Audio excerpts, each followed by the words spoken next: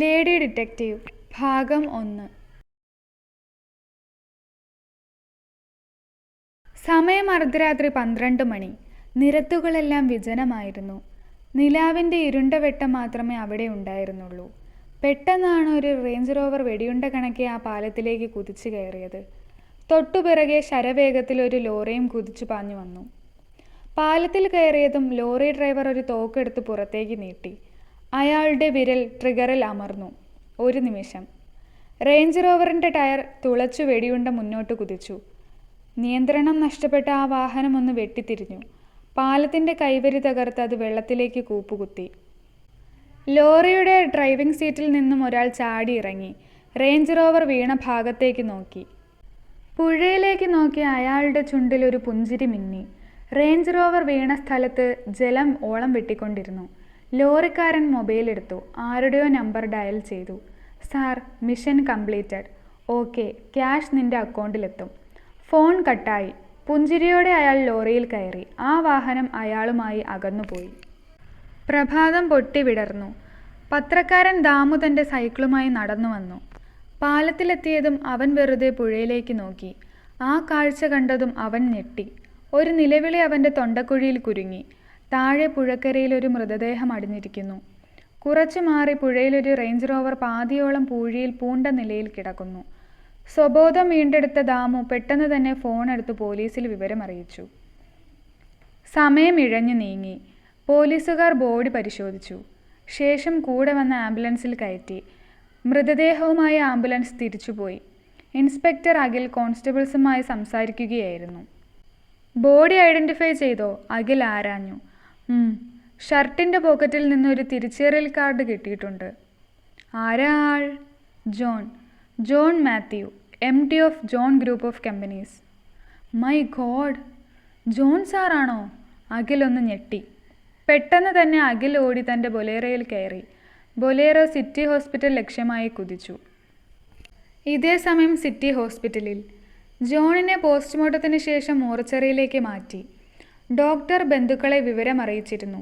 ഒരു red colour cruiser hospital മുറ്റത്ത് break ഇട്ടു.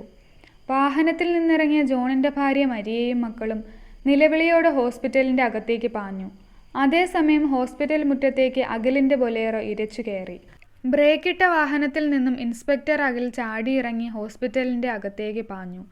ഇതേ സമയം ജോണിൻ്റെ ശവശരീരവുമായി കുടുംബാംഗങ്ങൾ മടങ്ങിയിരുന്നു. അഖിൽ ഹോസ്പിറ്റലിൻ്റെ 2ാം നിലയിലെത്തി. ഡോക്ടർ അശ്വതിയുടെ ക്യാബിനു മുന്നിലെത്തി ഇൻസ്പെക്ടർ പതിയെ വാതിലിൽ മുട്ടി. Yes, come in. അകത്തു നിന്ന് ഡോക്ടറുടെ ശബ്ദം ഉയർന്നു. അഖിൽ ഉള്ളിലേക്ക് പ്രവേശിച്ചു. Doctor, I am inspector Akhil. Oh, welcome sir. I think നിങ്ങൾ വന്നത് ജോണിൻ്റെ മരണവുമായി ബന്ധപ്പെട്ട അന്വേഷണത്തിനാണെന്ന്. Am I correct? Ya, you guess it. ആ മരണത്തെപ്പറ്റി ഡോക്ടർക്ക് എന്ത് തോന്നുന്നു? അതൊരു സാധാരണ മരണമാണോ? Or is it a murder? Sir, I think it's a normal death. ഇനി പോസ്റ്റ്മോർട്ടം റിപ്പോർട്ട് വന്നാലേ വല്ലതും പറയാൻ പറ്റൂ. സോ സാർ ഒരു 24 മണിക്കൂറിന് ശേഷം വന്നാൽ I can tell. Okay, thanks for your corporation. Akhil റൂമിൽ നിന്നും പുറത്തിറങ്ങി. ചുറ്റുപാടൊന്ന് നിരീക്ഷിച്ച ശേഷം അവൻ പുറത്തേക്ക് നടന്നു. ഇതേ സമയം നഗരത്തിൽ നിന്നും കുറച്ചു മാറി ഒറ്റപ്പെട്ട് കിടക്കുന്ന ജമോർ തുരുത്തിൻ്റെ നടുവിലായി കാട് മൂടിക്കിടക്കുന്ന ഒരു പ്രദേശമുണ്ട്. അതിനിടയിൽ ഒരു പൊട്ടിപ്പൊളിഞ്ഞ ബിൽഡിംഗ് തല ഉയർത്തി നിൽക്കുന്നു. അകത്ത് നിന്ന് ചെറിയ ശബ്ദങ്ങൾ കേൾക്കുന്നു. അകത്ത് കസേരയിലിരിക്കുകയാണ് ഫ്രെഡറിക്. അയാളുടെ മുന്നിൽ ഒരു മധ്യവയസ്കൻ വിനയത്തോടെ തലകുനിച്ച് നിൽക്കുന്നു. കെട്ടിടത്തിനകത്ത് പലയിടത്തായി ഗുണ്ടകളെ പോലെ തോന്നിക്കുന്ന ആളുകൾ നിൽക്കുന്നു. എന്താ ജോമോനെ ആഗമനോദ്ദേശം? പറഞ്ഞ ക്യാഷ് ഞാൻ അക്കൗണ്ടിൽ ഇട്ടതല്ലേ? ഫ്രെഡറിക്കിൻ്റെ ഗാംഭീര്യം തുളുമ്പുന്ന ശബ്ദം ഉയർന്നു. ജോമോൻ പതിയെ തല ഉയർത്തി. അത് സാറേ, പെണ്ണുപിള്ളയ്ക്ക് അസുഖം കൂടി. ആ കാശ് മരുന്നിന് തികയുന്നില്ല. കുറച്ചുകൂടി തന്നാൽ. ജോമോൻ ഒന്ന് നിർത്തി. എത്രയാടാ വേണ്ടത്? ഒരു 10,000 കൂടി. അയാൾ തല ചൊറിഞ്ഞു. അതിത്തിരി കൂടുതലാണല്ലോടാ. തൽക്കാലം കുറച്ച് ഞാൻ തരാം. ഫ്രെഡറിക് തൻ്റെ അനുയായികളിൽ ഒരുത്തനെ അടുത്തേക്ക് വിളിച്ചു. അവൻ്റെ ചെവിയിൽ എന്തോ മന്ത്രിച്ചു. അയാൾ അകത്തേക്ക് പോയി ഒരു ബാഗുമായി മടങ്ങി വന്നു. അത് കണ്ട ജോമോൻ്റെ മുഖം പ്രകാശിച്ചു. അയാൾ ബാഗ് ജോമോൻ്റെ നേരെ നീട്ടി. സന്തോഷത്തോടെ അവൻ അത് കൈപ്പറ്റി. 5,000 ഉണ്ട്. ഇനി നിൽക്കണ്ട, വിട്ടോ. ജോമോൻ പുറത്തേക്ക് നടന്നു. വാതിലിനടുത്ത് എത്തിയതും ചീറിപ്പാഞ്ഞു വന്ന ഒരു വെടിയുണ്ട അവൻ്റെ തലയിൽ തുളച്ചു കയറി. താഴേക്ക് വീഴുന്നതിനിടെ അവനൊന്ന് തിരിഞ്ഞു നോക്കി. അവിടെ കുറുക്കൻ്റെ കൗശലമുറ്റുന്ന മുഖഭാവവുമായി കയ്യിലൊരു തോക്കും പിടിച്ച് ഫ്രെഡറിക് നിൽക്കുന്നു. അയാളുടെ ചുണ്ടിലൊരു പുഞ്ചിരി തത്തി കളിച്ചിരുന്നു. വിജയുടെ പുഞ്ചിരി. ജോമോൻ്റെ ശരീരം അവസാനത്തെ പിടച്ചിലും കഴിഞ്ഞ് നിശ്ചലമായി. ഫ്രെഡറിക്കിൻ്റെ മുഖത്ത് പുച്ഛം വിരിഞ്ഞു. അവന് പണം വേണമത്രേ. കിട്ടിയതുകൊണ്ട് തൃപ്തിപ്പെടാൻ പറ്റുന്നവർ മാത്രം മതി ഇവിടെ. അല്ലാത്തവർക്ക് മുഴുവൻ ഇവൻ്റെ അതേ വിധിയാ. കേട്ടില്ലേടാ? ഫ്രെഡറിക് അലറുകയായിരുന്നു. അയാളുടെ ശബ്ദം കേട്ട അനുയായികൾ ഭയത്തോടെ തലകുലുക്കി. പിന്നെ ഡാ സാം, ഇവൻ്റെ ബോഡി കൊണ്ടുപോയി കത്തിച്ചേക്ക്. ആ ചാരം കടലിൽ ഒഴുക്കുകയും ചെയ്തേക്ക്. ഒരു തെളിവും അവശേഷിപ്പിക്കണ്ട. പിന്നെ ഇവൻ്റെ വൈഫ്, അവളെയും അങ്ങ് തീർത്തേക്ക്. ഫ്രെഡറിക് പറഞ്ഞു നിർത്തിയതും കൂട്ടത്തിലെ വെളുത്ത് മെലിഞ്ഞ നീണ്ട യുവാവ് തലകുലുക്കി. സമയം ഉച്ചയ്ക്ക് 2 മണി.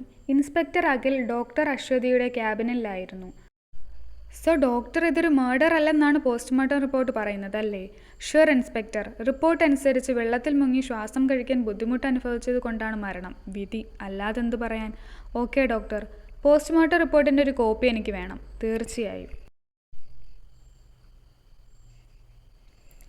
ഡോക്ടർ അശ്വതി ഒരു ഫയൽ എടുത്ത് അഖിലിനെ ഏൽപ്പിച്ചു.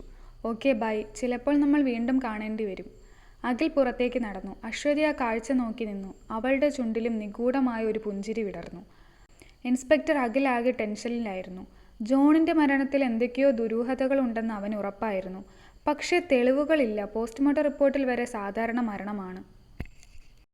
അഖിലിൻ്റെ ചിന്തകളെ മുറിച്ചുകൊണ്ട് സ്റ്റേഷനിലെ ഫോൺ ശബ്ദിച്ചു.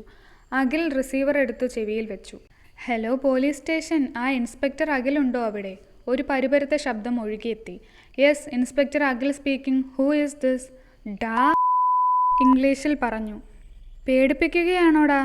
മിസ്റ്റർ, വാക്കുകൾ സൂക്ഷിച്ചുപയോഗിക്കണം. ആരോടാ സംസാരിക്കുന്നതെന്ന ബോധം വേണം. ബോധത്തോടെ തന്നെയാടോ സംസാരിക്കുന്നത്. പിന്നെ താനാ ജോണിൻ്റെ കേസങ്ങ് വിട്ടേക്ക്. ഇല്ലെങ്കിൽ നാളെ തൻ്റെ കുടുംബവും അനാഥമാകും. കോൾ കട്ടായി. അഖിൽ ദേഷ്യത്തോടെ മേശമേൽ ആഞ്ഞു.